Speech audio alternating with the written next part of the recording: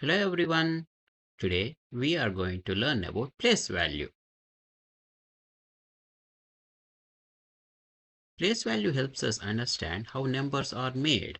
In this lesson we will learn about tens and ones. Here we have one dot. This dot represents one object. So we call this 1 1. Now we have another dot, which means we have two ones. Each dot represents one object. Now let's add one more dot. Now we have three ones. Now let's keep adding the dots. 1, 2, 3, 4, 5, 6, 7, 8, 9 and 10. Now we have 10 ones. When we reach 10 ones, we group them together. This group is called 110. So 10 ones equals 110. To understand numbers better, we use something called a place value chart. The column on the left shows tens, the column on the right shows ones. Now let's take a number 23.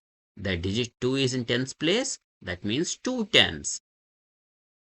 2 tens equals 20. The digit 3 is in the ones place, that means 3 ones. So the number 23 means 20 plus 3. 20 plus 3 equals 23. Now let's look at another number, the number 45. The digit 4 in the tens place, that means 4 tens, which equals 40. The digit 5 is in the ones place, that means 5 ones. Now 45 means 40 plus 5 equals 45. Now it's your turn. Look at the number 34. For the number 34, which digit should be in the tens place?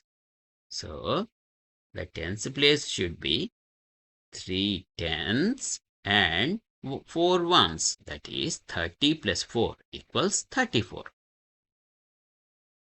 When writing 23, it's 2 tens. Yes. 3 ones.